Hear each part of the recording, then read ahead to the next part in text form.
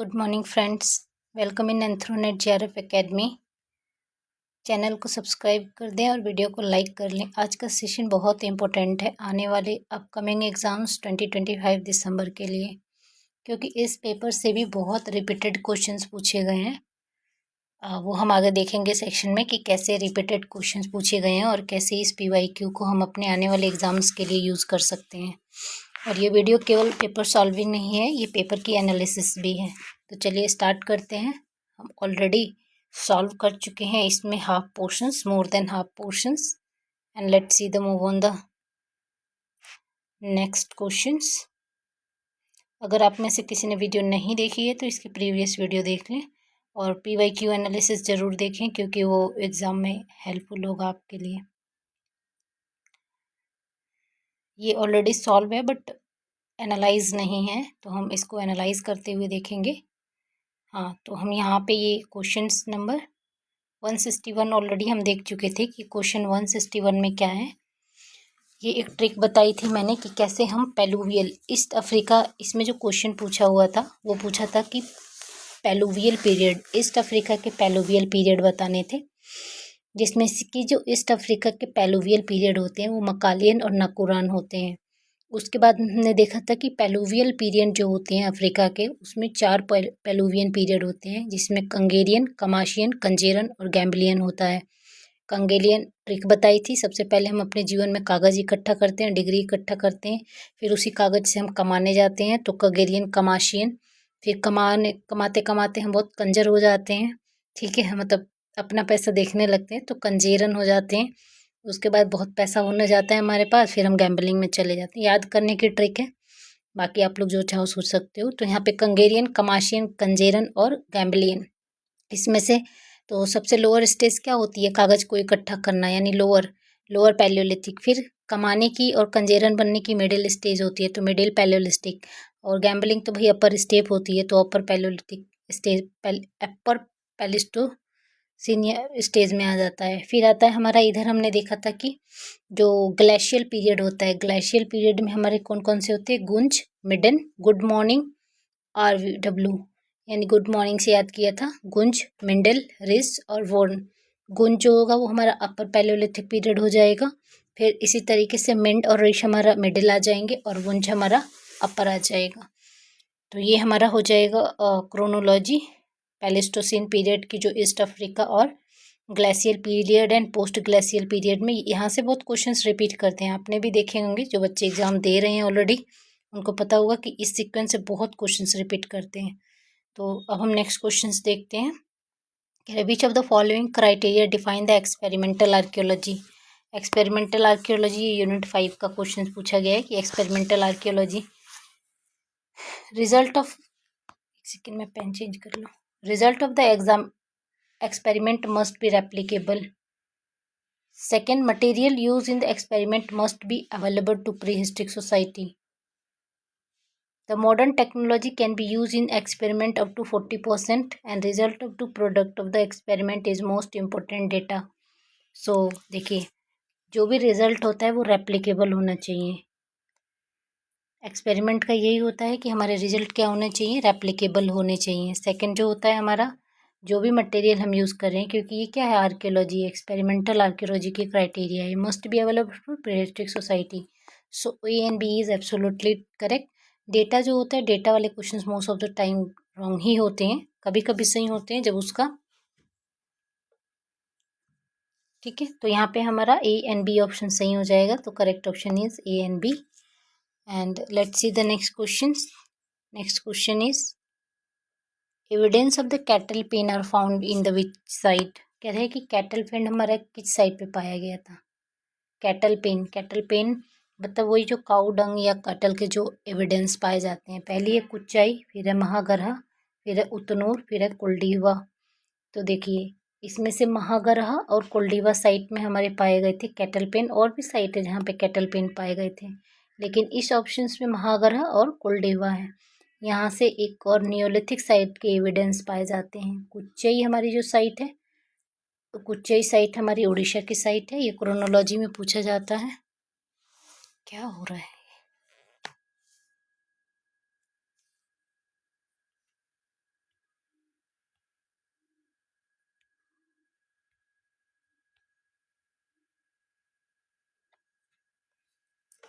ठीक है। कुच्चई साइट हमारी उड़ीसा की साइट पे, उड़ीसा की साइट है जिसको क्रोनोलॉजी में अरेंज करने के लिए पूछा जाता है कि आप क्रोनोलॉजी में अरेंज करिए। उतनूर हमारी एस माउंट साइट है, उतनूर हमारी एस माउंट साइट है, S mount site, at mount site Utnoor, Adilabad district of Telangana, Adilabad district of Telangana में सिचुएटेड है, तेलंगाना। इसको जब पूछता है तो बेसिकली ये एस माउंट साइट से पूछता है कि कहाँ एस माउंट साइट इसमें से कौन सी है, उतनूर है। तो यहाँ पे हमारा करेक्ट ऑप्शन हो जाएगा बी एंड सी। अच्छा, कोल्डीवा बी और डी ऑप्शंस में है ही नहीं, A B D, no no no no. उच्चई में एस माउंट कैटल पेन नहीं पाए गए हैं, महागरा और कोल्डीवा तो ठीक है, बी और डी तो ठीक है। अच्छा, बी और डी है इसीलिए इसका ऑप्शंस बी एंड सी। उतनूर हमारी एस माउंट साइट है, कैटल पेन साइट नहीं है, तो इसका करेक्ट ऑप्शन होगा ए बी एंड डी, क्योंकि कुच्चई में कुछ पाए जाते हैं। कुच्चई हमारी नियोलिथिक साइट है, नियोलिथिक साइट है, नियोलिथिक साइट है, यहाँ पे कुछ पाए जाते हैं। मागारा कोल्डीवा को ये भी हमारी मतलब आईवीसी साइट है बेसिकली, न्यूलिथिक के बाद आती हैं। तो करेक्ट ऑप्शन इसका होगा ए बी डी। चलिए नेक्स्ट देखते हैं क्वेश्चन। नेक्स्ट है विच of the following are located a dry घाघर हारका channel. Basically dry हारका channel से कौन कौन सी साइट हमारी लोकेटेड है उसके बारे में पूछ रहा है। हारका चैनल वही पंजाब वाले रीजन की है। देखिए पहला है, इसमें देखिए राखीगढ़ी है, गैंगेरीवाल है, धोलावीरा है और लोथल है। अगर हमें इसकी लोकेशन पता है तो बहुत अच्छे से, राखीगढ़ी हरियाणा, राखीगढ़ी हमारी हरियाणा में है, गंगेरीवाल पंजाब में है। गैंग कहाँ होते हैं, पंजाब में होते हैं, यहाँ से याद रखना है। अभी ये पूछा था 2025 में क्रोनोलॉजी लगाने के लिए, ठीक है। धोलावीरा भी पूछा था 2025 में, 2025 में पूछा था, एक ही क्वेश्चन था ये धोलावीरा का, मैचिंग वैचिंग कुछ नहीं था। तो धोलावीरा कहाँ है, धोलावीरा गुजरात, गुजरात में है। मैंने क्या लिख दिया, गुजरात में है, ठीक है। लोथल, लोथल हमारी, लोथल साइड भी हमारी गुजरात की है, देखना धो लो जाके धो लो, हाँ ठीक है लोथल। देखिए तो यहाँ पे करेक्ट ऑप्शन हमारा हो जाएगा राखीगढ़ी एंड जो ऊपर का पोर्शंस होता है ना नॉर्थ ईस्ट का, ऐसे जो जाता है वो घाघर रीजन से रिलेटेड होता है, तो उसमें राखीगढ़ी और गंगेरीवाल है। इसके सीक्वेंस पूछता है। देखिए धोलावीरा तो को किसने डिस्कवर किया था, अभी 2025 का क्वेश्चन है। लोथल में तो वो डॉकयार्ड से क्वेश्चन पूछा था मैचिंग सेक्शन में कि डॉकयार्ड कहाँ, मतलब डॉकयार्ड किसको बोलते हैं, डॉकयार्ड के लिए कौन फेमस है, तो वो लोथल हो जाता है। देखिए धोलावीरा 2025 पूछा था कि इसको किसने डिस्कवर किया था, और इससे पहले भी ये पूछा गया था मैचिंग सेक्शन में। तो धोलावीरा को डिस्कवर किया था जेपी जोशी ने 1967 में, लेकिन इसका सिस्टमेटिक एक्सकवेशन जो था वो आरएस बिस्ट ने किया था। तो आप लोग ना जेपी जोशी को ना याद करके आरएस बिस्ट को याद करिएगा, क्योंकि आरएस बिस्ट ही ऑप्शन में दिया हुआ था, इससे पहले वाले भी और इस वाले भी सेक्शन में। यहाँ पे मैंने कुछ नोट डाउन किए हैं, जैसे हड़प्पा को किसने डिस्कवर किया था, दयाराम साहनी ने। जैसे मैंने याद किया है HDMR, अब ये कभी कंफ्यूज नहीं होता है। मर जाना यानी मोहनजोदाड़ो से कौन है, RD बनर्जी, और हड़प्पा से HR साहनी। सुरका तोड़ा को MA स्टेन ने डिस्कवर किया था, रोपर को YD शर्मा ने डिस्कवर किया था। लोथल को देखिए ये भी पूछा हुआ है SR राव, लोथल ये PYQ है,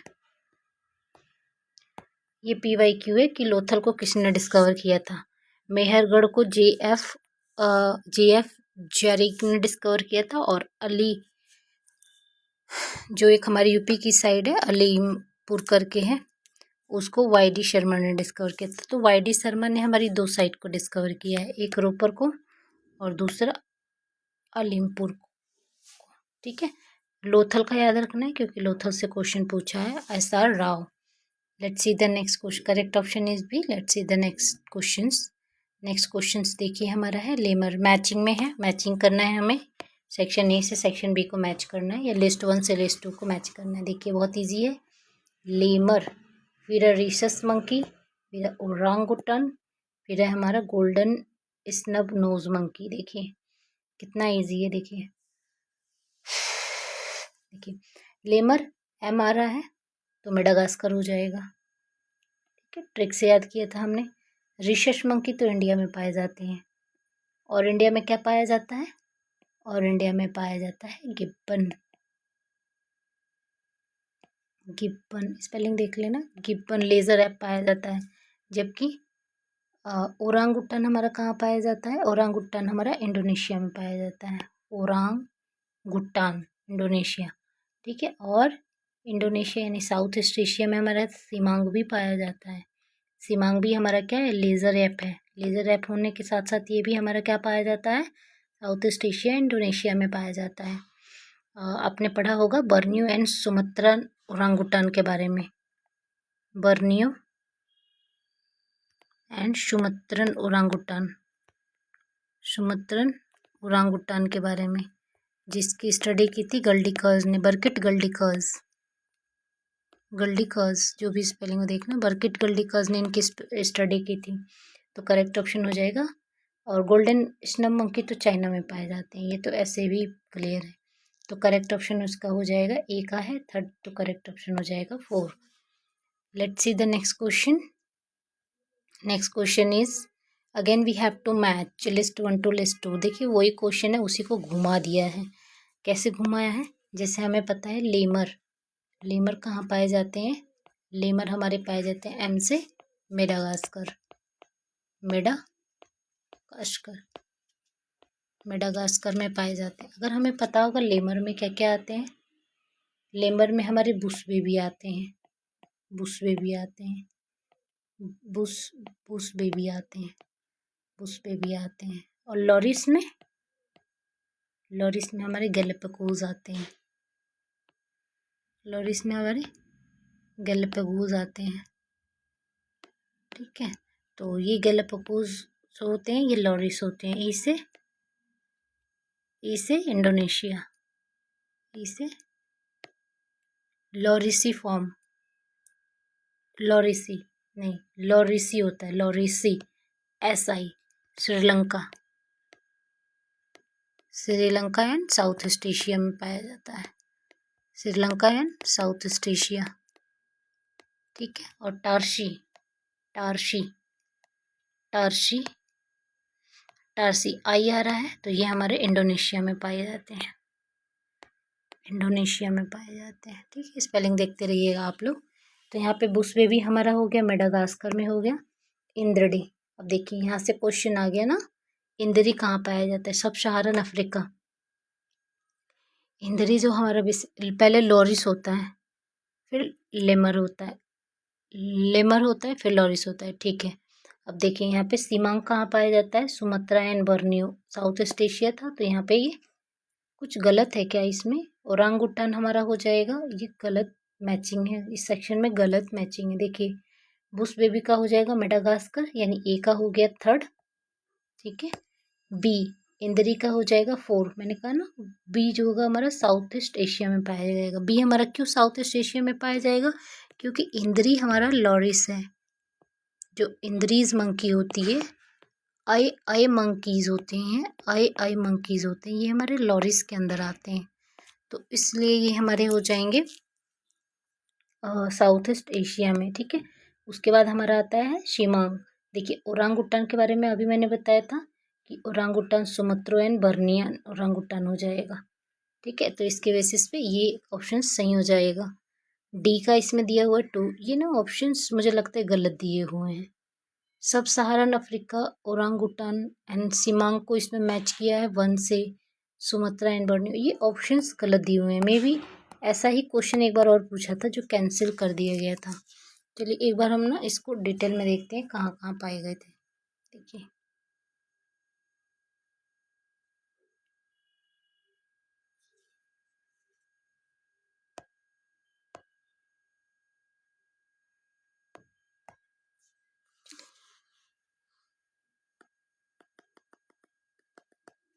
अच्छा ठीक है, कोई बात नहीं। देखिए पहले क्या है हमारे पास? बुश बेबी, फिर है इंद्री, लेमर लॉरिस एंड टार्शी। देखिए फिर है सिमांग, फिर है ओरांगुटान। एक चीज़ तो क्लियर है कि जो सिमांग पाए जाते हैं वो साउथ ईस्ट एशिया में पाए जाते हैं। ठीक है, तो सिमांग का हमारा हो गया 4, यानी इसमें सी का आएगा 4। ठीक है, अब देखिए ओरांगुटान का आ जाएगा हमारा 1।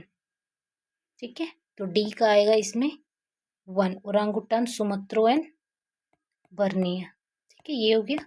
अब देखिए ये जो होता है ना लेमर लॉरिस, इंद्री हमारा जो होता है ना ये इंद्री, देखिए इंद्री को मैंने कहा होता है लॉरिस, लॉरिस फॉर्म में होता है इंद्री। तो इंद्री हमारा लॉरिस ये श्रीलंका, ये मेडागास्कर नहीं होगा, और ये ऑप्शंस गलत दिए हुए हैं, ये टोटली फॉल्स ऑप्शंस हैं। बुसबे भी हमारा लेमर होता है, तो ये मेडागास्कर में पाया जाएगा, मेडागास्कर में। तो ए का थर्ड, अगर ये एक ऑप्शन से जाएंगे तो ये वाला ऑप्शन ये सही मान सकते हैं, लेकिन ये क्वेश्चंस गलत है। ये सब सहारन अफ्रीका में तो कुछ नहीं पाया जाता, अफ्रीका में तो इंद्री भी नहीं पाए जाते, क्योंकि इंद्री जो है वो लॉरिस के कैटेगरीज में आते हैं, और लॉरिस जो होते हैं हमारे इस साइड पाए जाते हैं।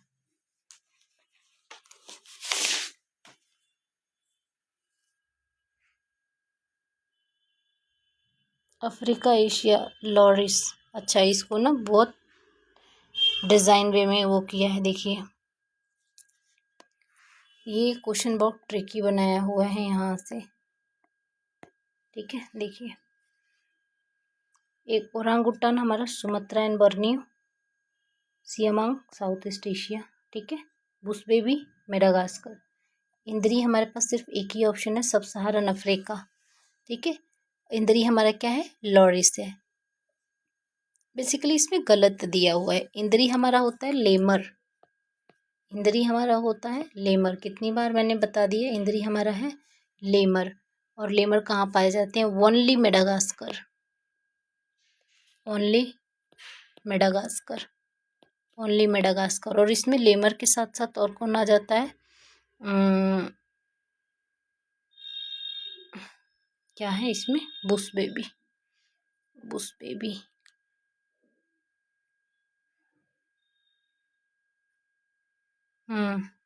ठीक है, इंद्री, और ये इंद्री जो होता है ना, इंद्री हमारा, इंद्री देखिए ध्यान से देखिएगा, इंद्रिया जो है ना हमारा, इंद्री मंकी जो होते हैं ये हमारे लेमर होते हैं।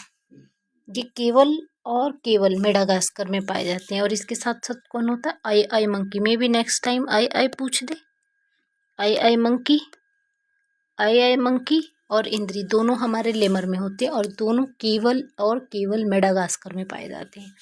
अब देखिए लॉरिस, लॉरिस क्या होता है, लॉरिस को मैंने बताया था कि ये हमारे कहाँ पाए जाते हैं, एशिया, लॉरिसी यानी श्रीलंका और एशिया, श्रीलंका और south East Asia, south East Asia. इसके साथ साथ ये अफ्रीका में भी पाए जाते हैं। ज़्यादातर ऑप्शन यही पूछता है, ये कभी नहीं पूछता है। ठीक है, तो इसमें हमारे बुश बेबी आ जाते हैं, लॉरिस में बुश बेबी आ जाते हैं, बुश बेबी, गैलापागोस आ जाते हैं, गैलापागोस आ जाते हैं। ठीक है, तो ये हमारे यानी जी बी जो है हमारा लॉरिस है। तो इसके बेसिस पे शायद इसने इंद्री को ना सब सहारन अफ्रीका से मिलाने का प्रयास किया है, जो कि गलत हो जाएगा, क्योंकि इंद्री लेमर है और ओनली मेडागास्कर में पाया जाता है, ओनली मेडागास्कर में पाया जाता है। ठीक है, सो ये ध्यान रखिएगा, ये गलत दिया हुआ है। Okay, let's move on the next question. Next question we again we have to match list 1 to list 2, empirical, hypothesis, theory and doctrine. देखिए एम्पेरिकल, ये approach based on the observations of rather than a institution of faith, यानी empirical बोलते हैं ना, empirical research करो, तो जो observation पे बेस्ड होता है वो एम्पेरिकल होता है, यानी ए का हो जाएगा थर्ड, ए का थर्ड 2 में है। Hypothesis, a coherent statement that provide a explanatory framework for understanding and explanations। ठीक है, इसको मैच किया है 4 से, यानी एक इसमें किसी को भी मैच नहीं किया गया है। देखिए थ्योरी क्या होती है, a tentative explanation of a relationship between certain phenomenon, ये डॉक्टराइन हो गया, डी का हो गया 1, ये भी कहीं मैच नहीं है। चलिए एक बार हम देखते हैं कि क्या होता है। एंड पहला है ए टेंटेटिव एक्सप्लेनेशंस। हाइपोथेसिस हमारे टेंटेटिव होती है, इसमें बी का हो जाएगा 1। हाइपोथेसिस हमेशा हम टेंटेटिव बनाते हैं कि अब सही है या गलत है। बी का हो जाएगा 1। एम्पेरिकल ऑब्जर्वेशंस पे जो बेस्ड होता है ये हमारा एम्पेरिकल होता है, यानी ए का हो गया, ए का हो जाएगा हमारा 3rd, बी का हो जाएगा 1 और सी है थ्योरी। थ्योरी कहती है a coherent statement provide explanatory framework. अलग अलग थ्योरी हम यूज़ करते हैं, देखिए, और अलग अलग हम थ्योरी यूज़ करते हैं। उसके बाद assertion, opinion, belief, families and forming authority as a true and indispensable. देखिए ये बहुत इजी क्वेश्चन है अगर इसको समझ के किया जाए। जैसे कि जब मैंने रिसर्च प्रपोजल बनाए थे तो मैंने देखा था थ्योरी, उसमें बहुत सारी मैंने थ्योरी यूज़ की थी। तो बेसिकली जब हम थ्योरी यूज़ करते हैं ना तो हम उसमें थ्योरेटिकल फ्रेमवर्क को यूज़ करते हैं, एक्सप्लेनेटरी थ्योरेटिकल फ्रेमवर्क को यूज़ करते हैं, ठीक है। कोहेरेंट स्टेटमेंट्स होते हैं वो। तो इसमें सी का हो जाएगा हमारा 4, ठीक है। फिर है कि ऑब्जर्वेशंस, यानी जो ऑब्जर्वेशंस पे बेस्ड होता है वो हमारा होता है एम्पेरिकल, ठीक है। फिर है हमारा टेंटेटिव एक्सप्लेनेशंस, ये होती है हमारी हाइपोथेसिस। एक हम हाइपोथेसिस बनाते हैं ऑब्जेक्टिव और उसी को प्रूव करते हैं है या नहीं रिलेशनशिप बिटवीन सर्टेन फिनोमिनन। फिर हमारा डॉक्टराइन, डॉक्टराइन का हो जाएगा हमारा, डॉक्टराइन हमेशा इंडिस्पेंसेबल होती है, उसको अलग नहीं किया जाता, ट्रू एंड इंडिस्पेंसेबल, ठीक है। तो इसका ऑप्शंस इसके हिसाब से हो जाएगा, ए का हो जाएगा 3rd, बी का हो जाएगा 1। ये एक ही ऑप्शंस में, option number 3 is correct. And let's see the next question. ऐसे क्वेश्चंस को दिमाग से किया जाता है। देखिए नेक्स्ट क्वेश्चन है फ्यूडिंग, राइडिंग, लो स्केल वॉर, लियोपोल्ड स्किन थिप। जो हमारी यूनिट 7 में एक टॉपिक है हमारा पॉलिटिकल एंथ्रोपोलॉजी। यूनिट 7 का एक टॉपिक है हमारा, यूनिट 7 में एक टॉपिक है हमारा पॉलिटिकल एंथ्रोपोलॉजी। उसमें अलग अलग स्टडी की हुई है और उसी में से इस क्वेश्चंस को दिया गया है। देखिए इसमें से 2 चीज़ें तो बहुत ईजी हैं। पहला है न्यूअर, जो लियोपोल्ड स्किन चीप हुआ करते थे, जो चीप हुआ करते थे वो बेसिकली लियोपोल्ड स्किन को पहना करते थे। ये पॉलिटिकल लीडर हुआ करते थे न्यूअर में, तो इसको हम मैच कर देंगे, ठीक है। तो हमें एक पता चल के डी का है 2nd, ये ऑप्शन गलत लगे हुए हैं, ठीक है। लियोपार्ड स्किन जो है वो न्यूअर का होता है। फिर है राइडिंग, राइडिंग जो है वो है थीव का। राइडिंग जो हम इंसुइट में करते हैं, इंसुइट जो होती हैं, इंसुइट हमारी कहाँ पाई जाती हैं, ये काफ़ी कोल्ड एरिया में पाई जाती हैं। कोल्ड एरिया जो होते हैं रशिया का, वहाँ पे पाई जाती हैं, तो ये राइडिंग करती हैं। एंड लो स्केल वॉर, दानी जो होती है वो लो स्केलदार, एंड फ्यूडिंग जो होती है ये थीव का होता है। तो यहाँ से हमारा करेक्ट ऑप्शन हो जाएगा, यानी ये हो जाएगा हमारा डी का क्या है 2, ए का क्या है 3। देखिए इसमें हो जाएगा ए का हो जाएगा हमारा, ए का हो जाएगा 4, बी का हो जाएगा 3, सी का हो जाएगा 1 और डी का हो जाएगा 2। डी का हो जाएगा 2, यानी 4 3 1 2। इसमें ऐसा कोई ऑप्शन नहीं है, अगर उसके बेसिस पे जाएंगे तो ये ऑप्शन सही होना चाहिए, ठीक है। Let's see the next question. देखिए पोस्ट मॉडर्निज्म से फिर क्वेश्चन आ गया ना, लिस्ट में मैच करना, ये हमेशा ही आता है। पोस्ट मॉडर्निज्म हमने देखा था कि उसको किसने क्वाइन किया था, तो पोस्ट मॉडर्निज्म को लियोटार्ड ने क्वाइन किया था। लियोटार्ड, माइकल, ये सब पोस्ट मॉडर्निज्म से थे। जबकि एडवर्ड सैड, अर्जुनप्पा दुराई, ये पोस्ट कॉलोनियलिज्म से थे। और ये बेसिकली इनको ग्लोबलाइजेशन से भी बोला जाता है। देखिए अगर आपको नाम भी पता होगा ना कि कौन किससे बिलोंग करते हैं तो आराम से आंसर लेके चले जाएंगे। देखिए पोस्ट मॉडर्निज्म हमारे किससे रिलेटेड है, पोस्ट मॉडर्निज्म से हमारे मिशेल फौकॉल्ट हैं। मिशेल जिन्होंने मिशेल फौकॉल्ट हैं जिन्होंने बहुत इम्पोर्टेंट कॉन्सेप्ट दिए थे, पावर का, बाइलोक्योर का, और भी बहुत सारे मिशेल फौकॉल्ट के कॉन्सेप्ट हैं, ठीक है। तो पोस्ट मॉडर्निस्ट थे ये। और पोस्ट स्ट्रक्चरलिस्ट भी थे, कंफ्यूज नहीं होना। मिशेल फौकॉल्ट जो थे वो पोस्ट स्ट्रक्चरलिस्ट भी थे, कभी एग्जाम में क्वेश्चन आए तो छोड़ दो। पोस्ट स्ट्रक्चरलिस्ट भी थे मिशेल फौकॉल्ट।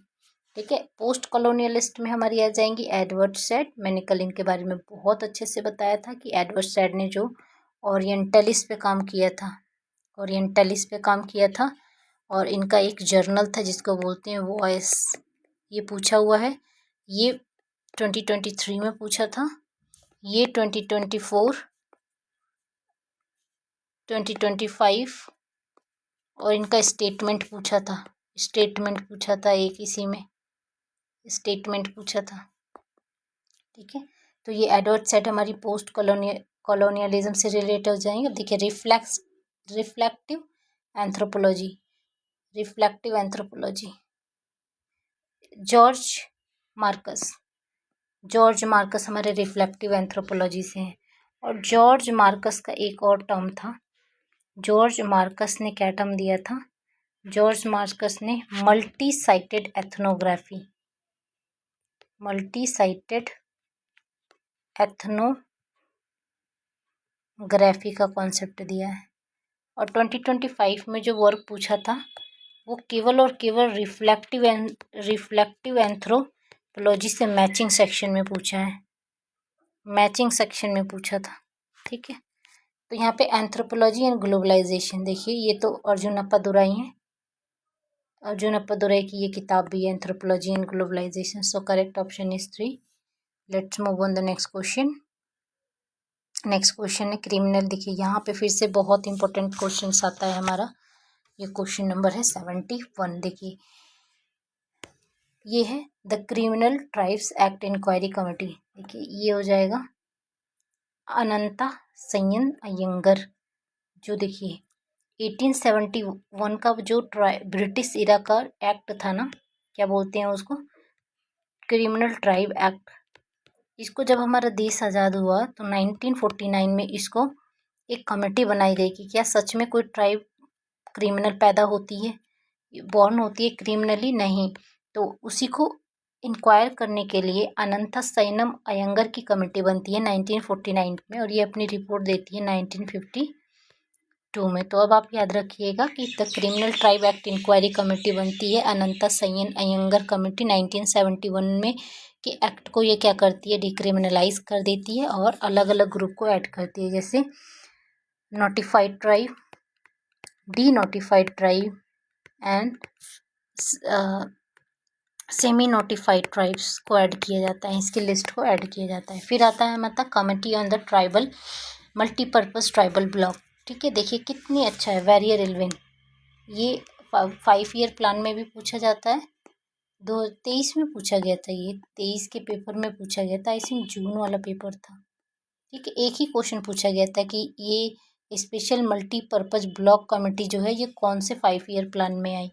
तो अगर हमें पता होगा कि इसका जो ईयर है वो 1960 का है, ये ट्राइबल कमेटी 1960 में आई थी, और हमें पता है कि 1951 से लेके 1955 तक का जो टाइम पीरियड है, बेसिकली ये जो आई थी ना, ये 1959 में आई थी और 1960 में इसको लागू किया गया था। ठीक है, तो ये 1955 तक पहला 5 ईयर प्लान था, और 1955 से 1960 तक का हमारा सेकेंड 5 ईयर प्लान था, सेकेंड 5 ईयर। तो ये बेसिकली सेकेंड 5 ईयर प्लान में आई थी, जो वेरी रिलेवेंट कमेटी बनी थी, committee on the special multipurpose tribal. और इसी को थर्ड 5 ईयर प्लान में क्या कर दिया गया था, थर्ड 5 ईयर प्लान में चेंज कर दिया गया था tribal development block, tribal development block में चेंज कर दिया गया था। अब आता है हमारा special working group on cooperation of backward classes. देखिए special working group on cooperations and backward classes, ये जो कमेटी बनी थी हमारी special working group of cooperation and backward classes, ये MP भार्गवा कमेटी थी। और भार्गवा कमेटी ने 1960 के आसपास इन्होंने 1962 में रिपोर्ट को सबमिट किया था। 1961 में बनी थी ये कमेटी और 1962 में इन्होंने रिपोर्ट को सबमिट किया था। भार्गवा कमेटी हमारी special working group on the cooperation and backward classes से रिलेटेड थी। फिर हमारी आती है कमिटी ऑन द अनटचेबिलिटी। ये सबसे आखिरी की कमेटी थी। ये हमारी जिनका इलया पुरुमल, जो भी नाम है इनका, सॉरी फॉर प्रोनाउंसिएशन, लेकिन इलया पुरुमल जो 1969 की कमेटी थी, इलया पुरुमल 1969 की कमेटी थी, वहाँ से इसको लिया गया था। तो देखिए यहाँ पहला हो जाएगा, फर्स्ट का ऑप्शन हो जाएगा 4। तो इसके बेसिस पे आंसर इसका आ जाएगा 4। लेकिन उसके बाद से इसको क्रोनोलॉजी में भी पूछा गया है, क्रोनोलॉजी में भी पूछा गया है। मैं बताती हूँ कब। एक पेपर आया था 2024 दिसंबर का, उसमें इसको अरेंज करने की, इसको तो नहीं था बट बेसिकली इससे रिलेटेड था, इससे रिलेटेड था, कॉन्स्टिट्यूशनल सेफगार्ड से रिलेटेड था, जिसमें Andaman and Nicobar tribal act, Nagaland, Dadra and Nagar Haveli और ऐसे पूछे गए थे। ठीक है, तो देखते रहेंगे, इसको ध्यान में रखेंगे। ठीक है, let's move on the next question. देखिए, हाँ, name of the scholar and area. मैंने कहा ना सिलेबस जरूर कवर करें। सिलेबस से आपको 4 से 5 क्वेश्चन एग्जाम में डायरेक्ट मिलेंगे, 4 to 5 क्वेश्चंस। देखिए, नैन्सी सापर योग, ये क्रिटिकल मेडिकल एंथ्रोपोलॉजी से रिलेटेड है। नैन्सी ने मेडिकल एंथ्रोपोलॉजी में काम किया था। ठीक है, और एगल मेरी हमारी ग्लोबलाइजेशन एंड ह्यूमन राइट्स से रिलेटेड है। एगल मेरी हमारी ग्लोबलाइजेशन एंड ह्यूमन राइट्स से रिलेटेड है। एजल मेरी हमारी ग्लोबलाइजेशन एंड ह्यूमन राइट्स से रिलेटेड है। गिलबर्ट जी से गिलबर्ट हर्ट, जी से गे एंथ्रोपोलॉजी। गिलबर्ट हर्ट, जी से गिलबर्ट, जी से गे, जी से गिलबर्ट, जी से गे। फिर हमारे आते हैं लेथ मुलिंग। लेथ मुलिंग हमारे हैं एंटी रेसिस्ट, नाम भी थोड़ा ऐसा ही है। लेथ मुलिंग हमारे एंटी रेसिस्ट हैं, लेथ मुलिंग एंटी रेसिस्ट हैं। फिर से ये क्या करेगा ना, डायरेक्ट क्वेश्चंस को कॉपी कर देगा। मैंने कहा ना वो जो ये वाला क्वेश्चन था, मैचिंग वाला, इंद्री वाला, इसको डायरेक्ट 2025 में कॉपी किया हुआ था, और उस अभी 2022 में भी इसको कैंसिल किया था, और 2025 में भी इसको कैंसिल किया था। तो डायरेक्ट कॉपी पेस्ट कर देगा। तो नैन्सी जो हमारी थी वो क्रिटिकल मेडिकल एंथ्रोपोलॉजी से थी। सैली एंजल मरकरी हमारी ग्लोबलाइजेशन एंड ह्यूमन राइट्स से थी। गिलबर्ट, जिससे गे, एंड लेथिन मूलिंग हमारे एंटी रेसिस्ट से थे। तो करेक्ट ऑप्शन हो जाएगा हमारा 2। Let's move on the next question. Next question हमारा है फिर से मैचिंग सेक्शंस में। देखिए, ये तो आप पढ़ ही लेना चाहिए, मतलब डेटिंग मेथड तो सबको पता होगा, चाहे CUET हो चाहे कुछ भी हो, उसमें पूछता है। तो देखिए, डेटिंग मेथड से हमें मैच करना है ऑब्जेक्ट से। डेंडोक्रोनोलॉजी, थर्मोलुमिनेसेंस, फ्यूजन ट्रैक एंड रेसिमाइजेशंस। देखिए, सबसे पहले हमारा डेंडोक्रोनोलॉजी आता है, ये वुडन बीम।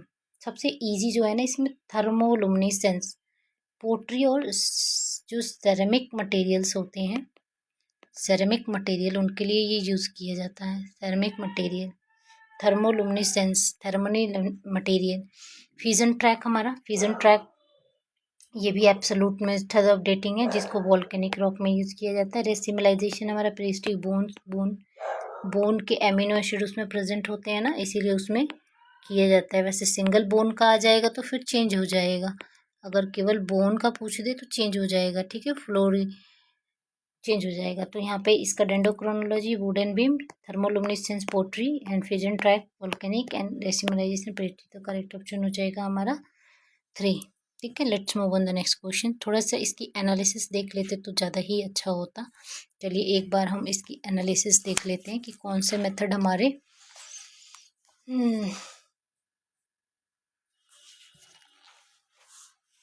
कौन से मेथड हमारे एब्सोल्यूट डेटिंग के होते हैं, कौन से। एक कोई सा याद कर लीजिए, या तो एब्सोल्यूट डेटिंग या तो एब्सोल्यूट डेटिंग याद कर लीजिए, या फिर रिलेटिव डेटिंग। इजी हो जाएगा क्वेश्चंस को करना।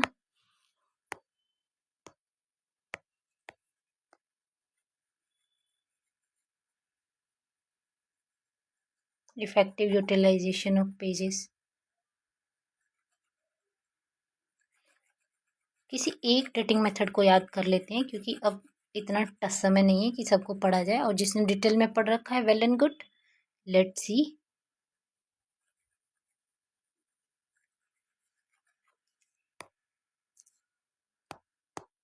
ये तो फिर आ गया। ठीक है, देखिए जो हमारे पास रिलेटिव डेटिंग मेथड है उसमें 2 मिनट लगेंगे बस, उसको हम रिवाइज कर लेते हैं। देखिए एब्सोल्यूट मेटिंग मेथड देख लेते हैं सबसे पहले, कहीं होना ये बंद हो जाए। Absolute dating method,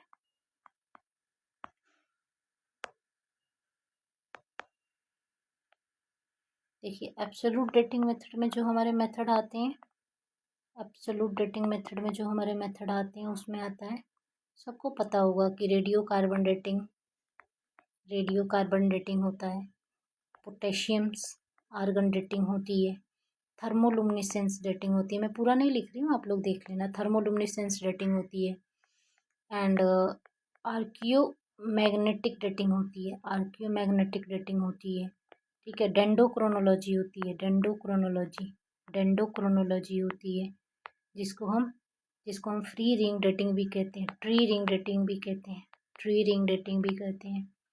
ring dating. देखिए वर्ब एनालिसिस, मैंने कहा इसको याद कर लेना।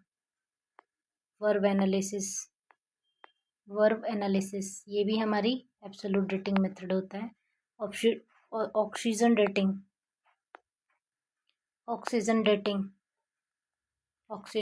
16-18 जो होती है ये भी एब्सोल्यूट डेटिंग होती है। उसके साथ साथ ऑब्सीडियन डेटिंग, ऑब्सीडियन डेटिंग और फ्यूजन ट्रैप डेटिंग। फ्यूजन देखिए एग्जाम में अगर सेलेक्ट करने के लिए आएगा तो क्या कंफ्यूज करेगा वर्ब और फ्यूजन। डेंडो तो सबको पता होता है, ये फ्री रिंग डेटिंग है, ठीक है। तो इसको याद रख लेना है, एब्सोल्यूट याद रखिए, रिलेटिव अपने आप ही हो जाएगा। तो एक को याद करते हैं और दूसरा अपने आप ही हो जाता है। तो ठीक है, तो थोड़ा सा डिटेल में देख लेते हैं। वैसे तो सबको सब कुछ पता ही है, लेकिन जो क्वेश्चंस पूछे गए हैं, रेडियो कार्बन डेटिंग की जो हाफ लाइफ साइकिल पूछी गई थी एक बार, तो वो होती है 5730 ±40, ठीक है।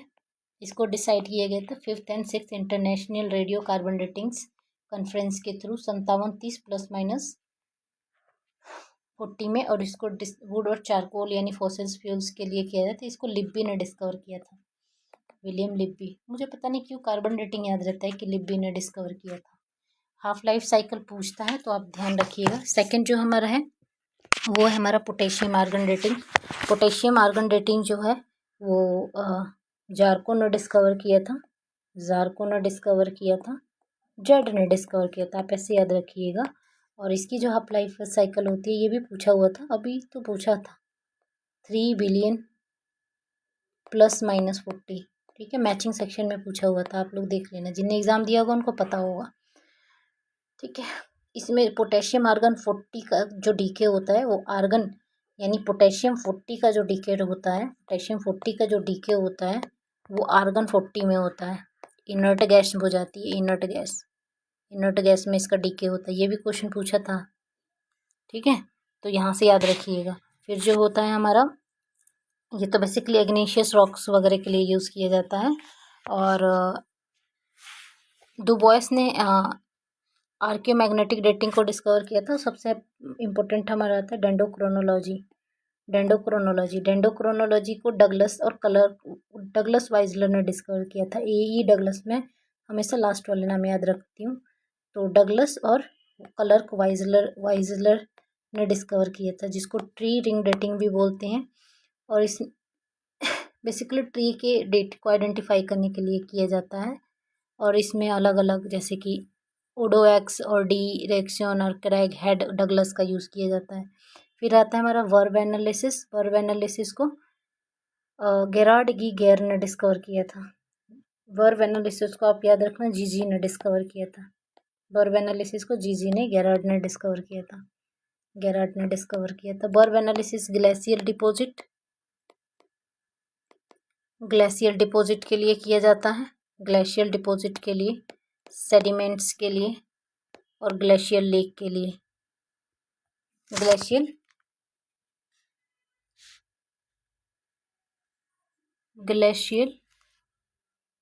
लेक के लिए किया जाता है, ठीक है।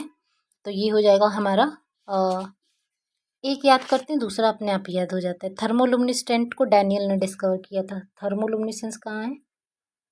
थर्मोलुमिनिसेंस देखिए, इसको एफ डैनियल ने डिस्कवर किया था। एफ, ये भी एक बार मैचिंग में पूछा था। एफ डैनियल ने इसको डिस्कवर किया था। और इससे बेसिकली सिरेमिक मटेरियल पोट्रीज के लिए किया जाता है, जिसमें जो टेम्परेचर होता है 750 डिग्री सेल्सियस से एबव होता है। ये पूछ देगा कितने डिग्री टेम्परेचर का यूज़ किया जाता है। ठीक है। ऑब्सीडियन डेटिंग तो पता ही है, हाइड्रेशन डेटिंग होता है। और ऑक्सीजन तो डीप सी कोर के लिए किया जाता है, सबको पता है। ऑक्सीजन जो होता है वो हमारा डीप सी कोर के लिए किया जाता है। ठीक है, आप लोग देख लेना, राइटिंग बहुत अच्छी नहीं है पर ठीक है, समझ तो सकते हैं। तो ये हमारा एब्सोल्यूट डेटिंग है और यहाँ से हम इसको आराम से मैच कर सकते हैं। ये वॉल्केनिक रॉक वाला जो है ना, फ्यूजन ट्रैक, ये थोड़ा सा कंफ्यूज करता है, क्योंकि वॉल्केनिक रॉक्स के लिए बेसिकली पोटेशियम का यूज़ किया जाता है, लेकिन अब यहाँ पे ऑप्शन नहीं है तो हम इसी का यूज़ कर लेते हैं। देखिए, एक और डेटिंग हमारे पास मेथड होती है जिसको बोलते हैं एमिनो एसिड रेसिमाइजेशन। अब आप कहोगे मैम आपने तो बताया नहीं ये कौन सी डेटिंग है, एब्सोल्यूट है या रिलेटिव है। एमिनो एसिड रेसिमाइजेशन, तो ये क्वेश्चंस पूछा हुआ था और बहुत सारे बच्चों ने इसको गलत भी आता है, पर बहुत पहले पूछा था। ये जो एमिनो एसिड रेसिमाइजेशन होता है, एमिनो एसिड रेसिमाइजेशन होता है, रेसिमाइजेशन होता है। देखिए कहीं कहीं यहाँ एस होगा, जेड होगा, कंफ्यूज नहीं होना है, याद रखना है बस, रात याद करने के पर्सपेक्टिव से। ये एब्सोल्यूट डेटिंग होती है, एब्सोल्यूट डेटिंग मेथड होता है। और इसमें क्या होता है ना, इसमें 20 टाइप के सब यूनिट एमिनो एसिड होते हैं जो प्रोटीन बनाते हैं। ठीक है, इसमें 20 टाइप के एमिनो एसिड होते हैं जो प्रोटीन बनाते हैं, एक्सेप्ट ग्लाइसिन।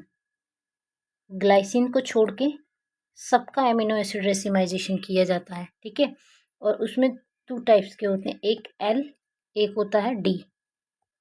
तो जितने लिविंग होते हैं ना, लिविंग, उसमें एल लेफ्ट, मतलब एल मोमेंट वाला पाया जाता है। एल जो होता है वो एंटी क्लॉकवाइज होता है। ठीक है, लिविंग में पाया जाता है। बेसिकली हमें याद रखना है, एल से लिवो रोटेटरी, एल से लिविंग, डी से डेक्स्ट्रो रोटेटरी, डी से डेड। डेड जो होते हैं उनमें डेक्स्ट्रो रोटेटरी पाया जाता है। रेसिमाइजेशन जो होता है क्लॉकवाइज होता है। ठीक है, क्लॉकवाइज मूवमेंट होती है ये। तो इस तरीके से हमने एमिनो एसिड रेसिमाइजेशन भी देख लिया। डायरेक्ट क्वेश्चन पूछा था कि एमिनो एसिड रेसिमाइजेशन वो एब्सोल्यूट डेटिंग मेथड है या रिलेटिव डेटिंग मेथड है। तो अभी हमने केवल और केवल एब्सोल्यूट डेटिंग मेथड को याद किया है। अब रिलेटिव डेटिंग मेथड कहीं आएगा तो डिस्कस करेंगे, या आप लोग इसको याद कर लीजिएगा। फिक्स हमारा है साइट से मैचिंग करना है, सिमिलर कल्चरल कैरेक्टरिस्टिक्स। देखिए साइट को हमें मैच करना है। पहला है अगरतला, दूसरा है तेरी, तीसरा है दाऊद अली हार्डिंग, फिर है कालीबंगन। ठीक है, तो सबसे पहले हम क्या करेंगे, जो हमें याद है, तो सबसे पहला जिसको गोस्वामी ने डिस्कवर किया था उसको देख लेते हैं, दाऊद अली हार्डिंग। मुझे ये याद रहता है क्योंकि क्रोनोलॉजी में अरेंज करने के लिए पूछता था, तो उसमें मुझे बहुत क्लियर होता था कि हाँ इसको, ये सबसे नॉर्थ ईस्ट की साइट है। तो neolithic site Sichuan and Yunnan provinces, Sichuan and Yunnan provinces. ठीक है, फिर है बंदरवेला इंडस्ट्री श्रीलंका। देखिए ये जो है ना बंदरवेला इंडस्ट्री इन श्रीलंका, जैसे ही ये इंडस्ट्री इन श्रीलंका आ गया तो ये तेरी साइट हो जाएगा। 11 साइट हैं तेरी की 11 साइट हैं जो तमिलनाडु और श्रीलंका में, जो तमिलनाडु और श्रीलंका में। अब देखिए इस तेरी साइट पे 3 लोगों ने काम किया था, उनको ट्राइपॉल या कुछ ऐसे एक्सकवेशंस बोलते हैं। जिसमें देखिए मैंने कैसे याद किया, अभी बहुत इजी हो जाएगा। ए और जेड, ABCD ए से शुरू होती है और जेड पे ख़त्म होती है। तो जेड से हो जाएंगे जेनर, और इससे हो जाएंगे अय्यप्पन, इससे हो जाएंगे अय्यप्पन, और एक आते हैं हमारे एफ से फुट, रॉबर्ट फुट। ठीक है, तो इन 3 लोगों ने मिलकर इस साइट पे काम किया था, जो कि श्रीलंका, सॉरी तमिलनाडु और श्रीलंका दोनों में इन्होंने काम किया था। ठीक है, तो तेरी तमिलनाडु की 11 साइट है जो बंदरवाला इंडस्ट्री ऑफ श्रीलंका से रिलेटेड है, जो तमिलनाडु और श्रीलंका दोनों में है। तो बी का हो गया सेकेंड, इतना तो कंफर्म हो गया बी का सेकेंड है। ठीक है, तो बी का सेकेंड हमारे 2 में है, तो इन 2 को एलिमिनेट कर देंगे। बी का सेकेंड पे, और दूसरा है दाऊद अली हार्डिंग। ठीक है। दाऊजाली हार्डिंग जो साइट है ये हमारी नियोलिथिक साइट है। नियोलिथिक साइट है असम के असम में सिचुएटेड है और असम के ये क्या बोलते हैं सियाचिन यूनानन प्रोविंसेस में है। सियाचिन और यूनानन प्रोविंसेस में असम का कुछ पार्ट है ना जिसको वो लोग चाइना में डिक्लेयर करते हैं, तो समथिंग लाइक दैट। तो सी का हो जाएगा थर्ड, सी का थर्ड इस एक ही में है। तो अब हमारा करेक्ट ऑप्शन आ जाएगा 4। ठीक है। अब यहाँ पे देखिए कालीबंगन लेट, ये कुछ cylindrical seal of Mesopotamian influence, जो सिलेंड्रिकल सील पाई जाती है वो कालीबंगन से। और लेट ये जो है ना अन्याथियन ऑफ म्यांमार, अन्याथियन ऑफ म्यांमार ये अगरतला से है। एक बार ये पूछा था कि अनाथियन कल्चर क्या होता है, अनाथियन कल्चर क्या होता है, अनाथियन कल्चर, और ये कहाँ पाया जाता है अनाथियन कल्चर। अनाथियन कल्चर होता है ना, लेकिन नॉर्थ ईस्ट में क्या है वुडी बहुत फेमस है। तो ये बेसिकली जो वुडी कल्चर होता है, वुडी टूल्स होते हैं, वुडी टूल्स जो होते हैं वो हमारे अनाथियन कल्चर के बने हुए होते हैं। अनाथियन कल्चर वुडी टूल को फॉलो करता है और ये हमारे नॉर्थ ईस्ट की साइड में पाए जाते हैं। ठीक है। तो ये होता है हमारा अनाथियन कल्चर। तो इससे अगर तल्ला को हम मैच कर देंगे और फिर हमारा कालीबंगन, तो सिलेक्ट का मेसोपोटामियन इन्फ्लुएंस, वहाँ पे बहुत सारी एविडेंस पाए जाते हैं। तो करेक्ट ऑप्शन हमारा हो जाएगा 1। Let's see the next question. Next question is site and the finding. ये बेसिकली बोन से रिलेटेड है।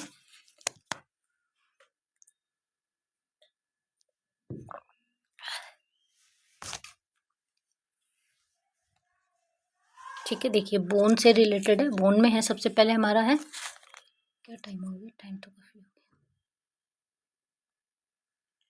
ठीक है।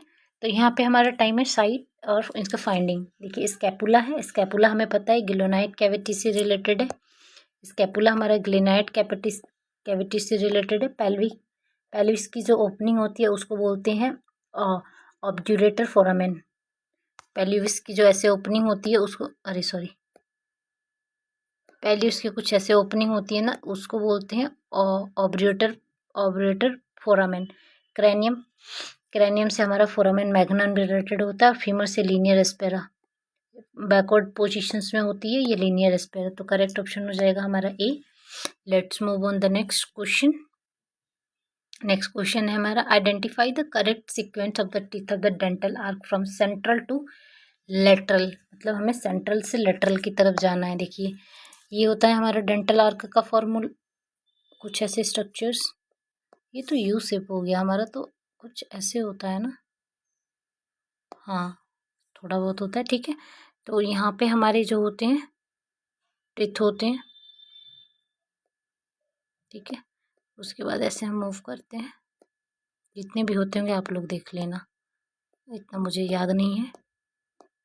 वैसे चाहूँ तो बना दूंगी। देखिए क्या 21-23 का फॉर्मूला होता है ना, 21-23 पहले 2 हो जाएंगे, यानी 2 हमारे इंसीजर होते हैं, हाँ 2 हमारे इंसीजर होते हैं। फिर ये तेजी से निकला हुआ जो दांत होता है ये हमारा कैनाइन होता है। फिर 2 जो होते हैं वो हमारे प्रीमोलर होते हैं और लास्ट के जो 3 दांत होते हैं ये हमारे 3 जो होते हैं ये हमारे कैनाइन होते हैं, ये हमारे मोलर होते हैं, ठीक है मोलर होते हैं। तो इस तरीके से अगर हम सेंट्रल टू लेटरल जाएंगे तो सबसे पहले हमारा इंसीजर आता है, इंसीजर के बाद दूसरे नंबर पे कैनाइन, फिर प्रीमोलर, फिर मोलर। देखिए टिथ को ऐसे काउंट किया जाता है 1 2 3 4 5 6 7 8 9 10 11 12 13 14 15 16।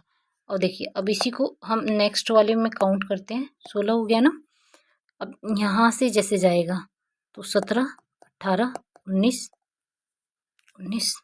देखिए 20 21 22 23 24 25 26 27 28 29 30 31 32। बेसिकली मैंने ऐसे बना दिए कि ऐसे काउंट करते हैं। अब एग्जाम में कैसे ट्रेंड में पूछ रहा है ना कि बताइए प्री मोलर के टिथ कौन कौन से, जैसे कैनाइन का टिथ है, इंसीजर ले लेते हैं, इंसीजर का टिथ है वो कौन कौन से नंबर का है। चलिए इधर से तो हम काउंट करके आ जाएंगे कि 1 2 3 1 2 1, यानी ये वाला जो है कौन से नंबर का, 6 नंबर का। इधर से हो जाएगा 6 नंबर का, 6 7, 8, 9, 10, 11, 12। ठीक है, यहाँ पे आ जाएगा कैनाइन। 6 के बाद 11, 12 है ना। 7, 8, 9, 10, 11, 12 तो 12। ठीक है, तो ऐसे पूछता है अब एग्जाम में। ये हाई कर दिया इसका स्टैंडर्ड, आप लोग देख लेना। तो यहाँ से क्वेश्चन हो जाएगा हमारा CBDA। चलिए अब नेक्स्ट मूव करते हैं, नेक्स्ट क्वेश्चन देखते हैं। नेक्स्ट क्वेश्चन है identify the correct sequence of the development of the racial classification of the Indian population by different anthropologist. Basically इसके क्रोनोलॉजी में अरेंज करना है। ठीक है, सबसे एक चीज़ तो क्लियर है कि सरकार का क्लासिफिकेशन सबसे लेट आया था, तो इसके बेसिस पे जाएंगे तो हमारा ऑप्शन सी करेक्ट हो जाएगा। सरकार का क्लासिफिकेशन हमारा सबसे लेट आया था और उसके बेसिस पे वो हमारा ऑप्शन जो हो जाएगा करेक्ट हो जाएगा। देखिए अब एक बार हम क्लासिफिकेशन देख लेते हैं कि क्लासिफिकेशन कैसे आया था। सबसे पहला जो क्लासिफिकेशन आया था वो आया था क्वार्टर फेज का क्लासिफिकेशन डी। ये क्वेश्चन पूछा था D quarter phase. D quarter phase का क्लासिफिकेशन आता है। उसके बाद रिश्ले का आता है। रिश्ले के बाद गुहा का आता है। गुहा इनके पहले एक क्लासिफिकेशन आता है जिसको बोलते हैं हुटन का क्लासिफिकेशन। हुटन का क्लासिफिकेशन 1921 में। ठीक है, गुहा के बाद हमारा आता है EICKSTED एस्टिटेट्स। जो भी पढ़ना चाहो एस्टिटेट्स यानी ई वाला क्लासिफिकेशन आता है। और उसके बाद हमारा आता है सरकार का क्लासिफिकेशन। ठीक है, देखिए इसका तो 18 में आया था, 18 समथिंग 1869 में आया था। रिश्ले का मैंने बताया था कि इसको 1915 से याद करते हैं और गुहा को डबल कर देते हैं 1930। इसके बीच में इनका क्लासिफिकेशन है। स्टेट का क्लासिफिकेशन 1934 में आया था और सरकार का गुहा के डबल कर देते हैं 1960, जबकि ये क्लासिफिकेशन 1959 का है। ठीक है, तो ऐसे याद रखेंगे। तो सबसे पहले हो जाएगा एक नंबर पे हमारा आ जाएगा सी। हेडन का क्लासिफिकेशन भी 1921 में ही आया था, तो ये हो जाएगा 1। फिर हो जाएगा 1921 के बाद हो जाएगा हमारा गुहा का आ जाएगा। गुहा 1930। गुहा का आ जाएगा 1930 2 नंबर पे। गुहा का आ जाएगा 2 नंबर पे। और स्टेट्स का क्लासिफिकेशन आ जाएगा 3 नंबर पे। 3 नंबर पे और सरकार का आ जाएगा 4 नंबर पे। तो इसके अकॉर्डिंग ऑप्शन हो जाएगा सी। सी के बाद हो जाएगा ए के बाद हो जाएगा डी के बाद हो जाएगा बी। ठीक है, तो ये क्लासिफिकेशन है, लेकिन अब इसमें हमारे पास सरकार से ही हम मूव कर रहे हैं क्योंकि सरकार का क्लासिफिकेशन सबसे बाद में है। तो इसके बेसिस पे ये ऑप्शन सही हो जाएगा। हमेशा जब भी क्लासिफिकेशन को अरेंज करें फर्स्ट और लास्ट यही देखें। ठीक है, तो let's see the next question. Next question है हमारा identify the correct sequence of the discovery of the following blood group system. हमें ब्लड ग्रुप सिस्टम के क्रोनोलॉजी में अरेंज करना है। सबको पता है कि ABO ब्लड ग्रुप सबसे पहला था जिसको लैंडस्टीनर ने डिस्कवर किया था 1901 या 1900 में। लैंडस्टीनर ने डिस्कवर किया था। दूसरा ब्लड ग्रुप हमारा जो था वो MNS था जिसको 1927 में डिस्कवर किया था लैंडस्टीनर और लैनर ने। तीसरा ब्लड ग्रुप हमारा जो था वो था RH सिस्टम जिसको 1940 में डिस्कवर किया था लैनर और वेनर ने। और लास्ट में हमारा डफी आता है जिसको 1950 में डिस्कवर किया गया था। ठीक है, तो इसके बेसिस पे जो आंसर आएगा वो हमारा आ जाएगा सी करेक्ट है। देखिए सबसे पहले ABO ब्लड ग्रुप 1901, फिर MN ब्लड ग्रुप 2 वर्ड है तो सेकंड नंबर पे 1927। RH में कंफ्यूज मत होना 1940। उसके बाद हमारा आया था डफी 1950 RH के 10 साल बाद। फिर आया था बॉम्बे 1952। फिर बॉम्बे के बाद आया था हमारा डिगो जिसको हिंदी में दिक्कत है अपना इंग्लिश में देख लेंगे ठीक है। डिगो आया था 1955, 3 साल के बाद। डिगो और डफी में कंफ्यूज कर सकता है, ध्यान रखना। और सबसे रिसेंट जो डिस्कवरी है वो है इनरा की। इनरा क्या ही बोलूँ, 2016 की। ठीक है, ये क्रोनोलॉजी है, इसको याद रखेंगे। अब तो जीन रिलेटेड पूछता है। ठीक है, correct option is 3। Let's move on the next question. इसको आज समाप्त कर लेते हैं, थोड़ा सा और रह गया है। 178, identify the chronological order of the following fossils. देखिए, इसमें हमें ना फॉसिल्स के बेसिस पे अरेंज करना है, इसीलिए ये मैंने क्वेश्चन मार्क्स लगाया था जब सॉल्व किया था। देखिए, होमो इरेक्टस, ऑस्ट्रेलोपिथिकस, निएंडरथैल एंड जिगेंटोपिथिकस। देखिए,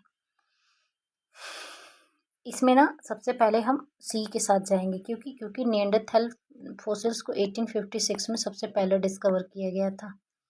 ठीक है, तो सी ऑप्शन देखते हैं किस में पहले है, दो को एलिमिनेट कर देते हैं। सी के बाद होमो इरेक्टस को डिस्कवर किया गया था, ऑस्ट्रेलोपिथिकस को 1924 में डिस्कवर किया गया था, और सबसे लास्ट में हमारा ये जिगेंटोपिथिकस आता है। ये तो रिसेंट डिस्कवरी है, तो उसके बेसिस पे हमारा 4 ऑप्शंस करेक्ट हो जाएगा। इसको याद रखेंगे, क्योंकि फॉसिल्स के बेसिस पे आएगा तो हमारा निएंडरथल पहले आता है, ग्रोथ के बेसिस पे आएगा तो निएंडरथल बाद में आता है। ठीक है, ये बहुत कंफ्यूज करता है क्वेश्चन। चलिए देखते हैं नेक्स्ट क्वेश्चन क्या है। नेक्स्ट क्वेश्चन है, हमें अरेंज करना है, क्रोनोलॉजिकल वे में अरेंज करना है। African political system by Meyer Fortes and Evan Pritchard. ठीक है, structural and functional in primitive society of the Radcliffe Brown. Political leadership among Swat Pathan by Fredrik Barth. ये मैंने कल ही पढ़ाया था, और ये सेम क्वेश्चन रिपीट किया है दिसंबर के एग्जाम में। सेम ही क्वेश्चन है, दिसंबर 2024 में क्रोनोलॉजी पूछा है। अब वीडियो में देखना, क्रोनोलॉजी पूछा है PYQ में। जो 24 का पेपर है उसमें मैंने सॉल्व करा रखा है। देखिए, African political system bye Fortis and mayor, ये इनकी 1940 की किताब है। ठीक है, उसके बाद है structure and function in the primitive society by Radcliffe Brown. Structure and function in primitive society by Radcliffe Brown, ये 1951-1952 की किताब है। Political leadership among Swat Pathan by Fredrik Barth, ये 1959 की किताब 1969 की है, क्योंकि 59 में तो हाँ, ये 59 की है। Swat Pathan by Fredrik Barth की 59 की है, और जो कोहलेन की किताब आई थी वो 1969 में, स्टडी आई थी 1969 में। ठीक है, primitive Polynesian economic by Raymond Firth. ऐसे भी देख सकते हैं कि रेमन फर्थ बहुत पहले आए थे। ये 1938 के आसपास की किताब है इसकी। ठीक है, प्रिमिटिव पॉलिनेशियन इकोनॉमी की स्टडी रेमन फर्थ ने की थी। तो यहाँ पे ऑप्शन हो जाएगा, पहले हो जाएगा डी, पहले हो जाएगा डी के बाद हो जाएगा हमारा A. Correct option is 4। Let's move on the next question. देखिए, arrange the concept of the chronological order and their appearance in the history and anthropology.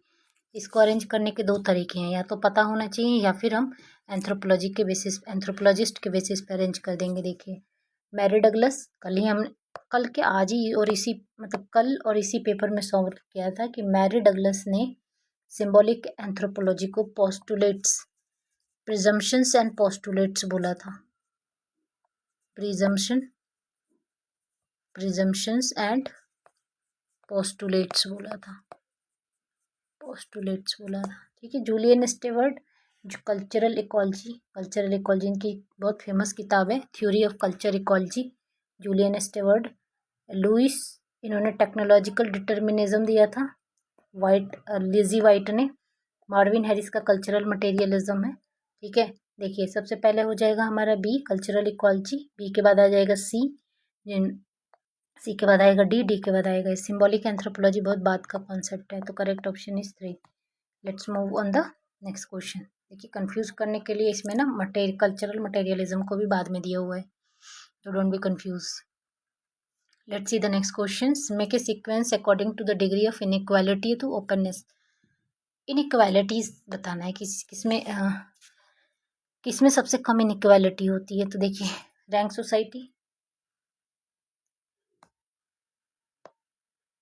Rank society, egalitarian society, caste society and class society. सबसे ज़्यादा जो inequality होती है cast में होती है, तो एक दो ऑप्शन है। फिर कास्ट के बाद हमारा क्लास में होता है, ठीक है, तो सी एंड डी, एंड फिर रैंक सोसाइटी एंड देन फिर बी।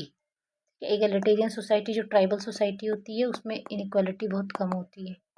ट्राइबल सोसाइटी इनइक्वालिटी बहुत कम होती है, तो correct option is 4।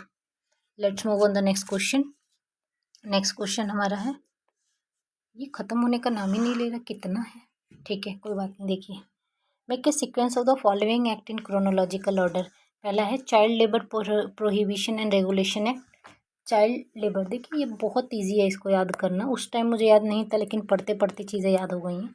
Child labour and prohibition act जो आया था हमारा जब हमारा इन्वायरमेंट एक्ट आया था तभी आया था 1986 में, ठीक है। उसके 10 साल पहले child labour and prohibition regulation act के 10 साल पहले हमारा आया था the bounded labour system act 1976 में। उसके बाद हमारा फैक्ट्री एक्ट जो है, फैक्ट्री एक्ट 2 आए थे, एक आया था 1881 में आया था, सेकेंड फैक्ट्री एक्ट 1891 में आया था। तो दोनों ही अगर पूछेगा तो दोनों ही पहले आ जाएंगे। द प्लांटेशंस एक्ट जो आया था वो हमारा 1951 या 2 में आया था, 2 में आया था, मुझे 51 ही याद है, आप लोग देख लेना। तो सबसे पहले हमारा अरेंज हो जाएगा क्रोनोलॉजिकल ऑर्डर में, डी सबसे पहले आ जाएगा, तो डी आया तो ये कट गया। डी के बाद हमारा बी है, बी के बाद हमारा सी है, सी के बाद ए, तो correct option is 3। Let's move on the next question. कितने क्वेश्चन है, ठीक है, देखिए अब मैं बता देती हूँ, आप लोग देख लेना।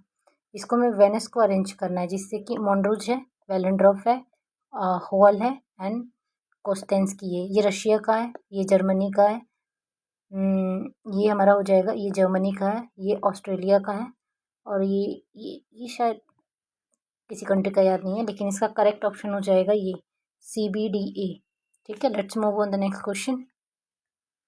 Next question, arrange the following location in the west to east. देखिए आ गया ना, वेस्ट टू ईस्ट अरेंज करना है। पहला है मोहनजोदारो, फिर है गंगेरीवाला, फिर है राखीगढ़ी, फिर आलमगीरपुर। आलमगीरपुर को YD शर्मा ने डिस्कवर किया था, याद रखना, YD शर्मा ने डिस्कवर किया था 1974 में, और रोपर को भी YD शर्मा ने डिस्कवर किया था। लोथल को SR राव ने डिस्कवर किया था। धोलावीरा को बिस्ट ने डिस्कवर किया था, वैसे तो जोप्सी ने किया था लेकिन बिस्ट मैचिंग में आता है। मोहनजोदारो पाकिस्तान में है, पहले आ जाएगा ए, फिर हमारा गंगेरीवाला पंजाब में है, फिर आ जाएगा बी, राखीगढ़ी हरियाणा में है, सी, फिर यूपी, डी। आलमगीरपुर सबसे वेस्टर्न मोस्ट साइड है, तो ये हो जाएगा D.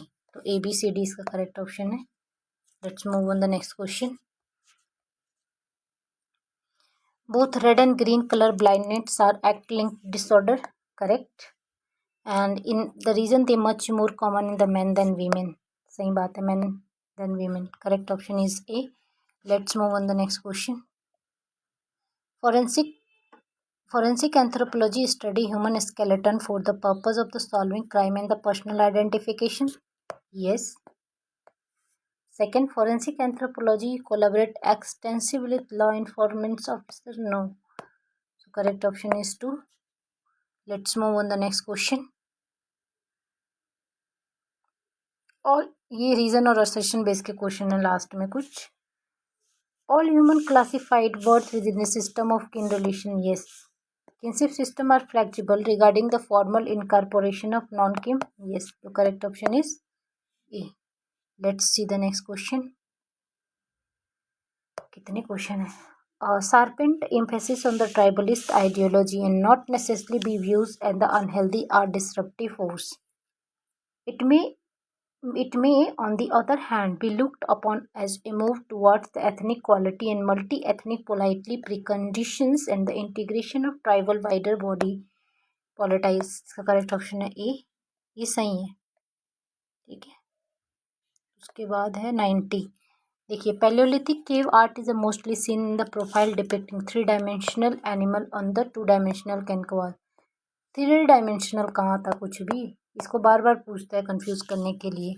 Cave painting are done in the realistic और नेचुरलिस्टिक फैशन, ये सही है, करेक्ट ऑप्शन हो जाएगा 4। Let's see the next questions. अच्छा देखिए, अब हमारे पास अनसीन पैसेज है, इसी के साथ हमारा 2022 का पेपर समाप्त होता है। अब हम 2023 का पेपर डिस्कस करेंगे। अगर ये वीडियो सच में आपके लिए हेल्पफुल है तो वीडियो को लाइक करें, चैनल को सब्सक्राइब करें और अपने दोस्तों के साथ इसको शेयर भी करें। Thanks for watching.